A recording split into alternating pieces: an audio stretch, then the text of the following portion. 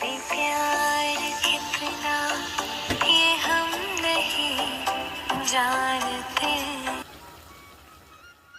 আসসালামু আলাইকুম everyone, welcome back to my channel. তো সব কি তাহলে ভালো আছেন? আমি তো আছি আলহামদুলিল্লাহ। আজকে একটা রেসিপি শেয়ার করবো। আর এই তো দেখতে পাচ্টা, এটা আমার গার্ডেন থেকে আমি মিন্টর পাতা তুলে আনলাম। আমার গার্ডেনে প্রতি বছর খুবই সুন্দর কিন্তু মিন্টর পাতা হয়। আর ওইলে আমি কিতা করি, বীজ টুফা খাইতে কিন্তু মিস করি না। মিন্টর পাতা দিয়া খেয়ে বীজ টুফা খাইছইন বা খাইন, কমেন্ট করে জানাইবা। আর কেউ যদি খাইয়া না তখন তো ট্রাই করবা। এই তো আমি পাতা তুলে লইয়া হওয়ার পরে আমি এখন বীজগুলারে বাজিয়া নেরাম গিয়ে। এটা আমরা বিশেষ করে সিলেটি যারা আছেন, আমার মনে হয় তারা সবেও খাইছেন, সবেও জানেন। আর অন্য ডিস্ট্রিক্টের কোনো মানুষে খাইন কিনা আমার জানা নাই আসলে। যদি খাইন না তা আমি কইম ট্রাই করতে ভালো লাগবো। আমি বীজটারে বাজিয়া আমি বয়েল করি আনিছি গিয়ে। আর এদিকে আমি একটা ফ্যানের মাঝে আমি তরকারিটা বয়াইও দিছি। জিলাখান আমি রেগুলার বয়াই আঁকি। আমি তেল দেওয়ার পরে রসুন দিছি, রসুন দেওয়ার পরে আমি এখানে ব্লেন্ড করা পেঁয়াজ দিছি, যেহেতু আমি এটা আজকে বুনা বুনা করবো। আর এই বীজটারে, ড্রাই বীজটারে এই মিন্টর পাতা দিয়ে ড্রাই করি বুনা বুনা করে খাইতে কিন্তু খুবই মজা লাগে।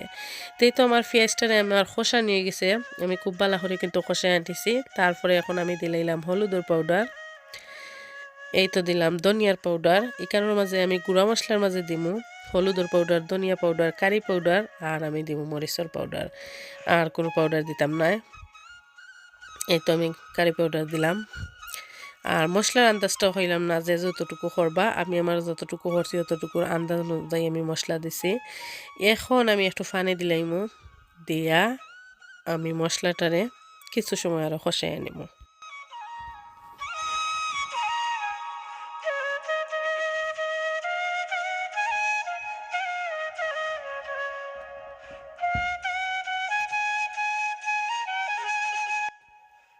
এই তো আমি পানি দিলাইছি। আর লবণটা কিন্তু আমি আগেও পেঁয়াজের মাঝে দিলাইছি। লবণ ছাড়া তো আর তরকারি হইতো না। তো লবণটা দেওয়াই কেন কিন্তু স্কিপ হয়ে গেছে। তো লবণটা আমি পেঁয়াজের মাঝে প্রথমে দিলাই বাগারের মাঝে। পেঁয়াজটা কিন্তু কুইকলি আর কি খসে যায়। এই তো আমি একটা লিড দিয়ে গুঁড়িয়া দিলাম। এখন মশলাটারে আমি কিন্তু খুব ভালো করি কিছু সময় নিয়ে আমি খসাই আনিব। মশলাটারে যত বেশি খসা নিব তত বেশি তরকারির স্বাদ হইব। এই তো দেখতে পারডা আমার মশলার কালার দেখে বুঝতে পারডা কতটা সময় আমি খসাইছি। এতটা সময় আর রেকর্ড করছি না। এতটা সময় রেকর্ড হলে তো ভিডিওটা কিন্তু অনেক লম্বা হয়ে যাব। আর যেহেতু আজকে একটা শর্ট ভিডিও, আমি এটা একটা রেসিপি শেয়ার করলাম, এটা ব্লগ নাই। তো যত শর্ট করা যায় আর কি, নাইলে তো সব আবার উঠে দৌড় দিবা, তবে একটা তরকারি রাঁধতে অত সময় লাগেনি। এখন আমি বীজটারে দিয়ে নেরাম গি। আর এই বীজটা কিন্তু খুবই বালা বীজ আছিল, যেটা আমি বাংলাদেশ থেকে আনছিলাম। এটা সাদা বীজ, আর কিনাও এটা কোনো গরুর বীজ নাই, কিনে আনছি টাউন থেকে। তো সাদা বীজটা আসলে খুবই বালা বীজ, এটা একটু দামও একটু বেশি হয়। আর এই বীজটা কিন্তু খুবই বালা, খুব সুন্দরভাবে কিন্তু বাজ হয়েছে। আর কুইকলি সিদ্ধ হয়ে গেছে। বাজিয়া কিন্তু বীজটারে সিদ্ধ করে নেওয়া লাগবো। এখন আমি একটা লিড দিয়ে গুড়িয়া আরও কিছু সময় মশলার সাথে আমার বীজটারে একটু সময় আমি খসাইয়া নিব।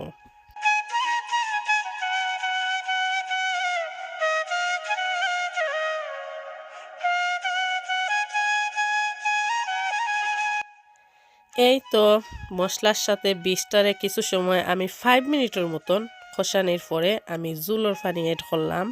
আর এখানেও বেশি পানি দেখতে পারডা, বাট বেশি পানি তো নাই। বীজটারও আমি একটু সময় আরও জাল দিমু। আর এই যে মিন্টর পাতা দিমু, এই জুলটা কিন্তু এতটা থাকতো নাই, এতটা ঠানি যাইব।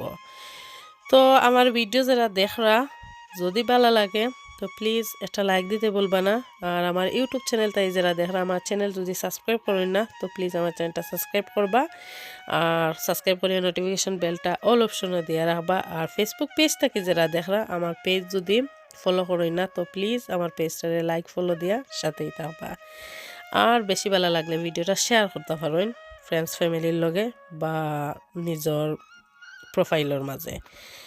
এই তো আমি আরও কিছু সময় খসাই আনিমু, কারণ একটু সময় যদি জাল হরিয়া না নেই তো তরকারিটা কিন্তু ফানি ফানি লাগবো, যেহেতু আমি জুল এড করছি। এই তো আমি মিন্টর পাতাটা দিলাম। আর মিন্টর পাতা তো, আর এটা তো শাক, এটা সিদ্ধ হইতে বেশি একটা সময় লাগে না। এই তো আমি আরও 1-2 মিনিটের মতো জাল করমু। তারপরে আমি নামাই লিব। ব্যাস এই তো হয়ে গেছে আমার খুবই খুবই মজাদার ড্রাই উড়ি বীজ ডুফা আমরা এটা হই।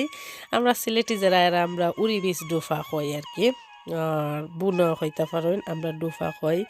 তো মিন্টর ফাতা দিয়া এমনি তো এদেশের মাঝে বাংলাদেশও মনে হয় কিতার ফাতা দিয়ে খাই ওটা আমি ভুলে গেছি।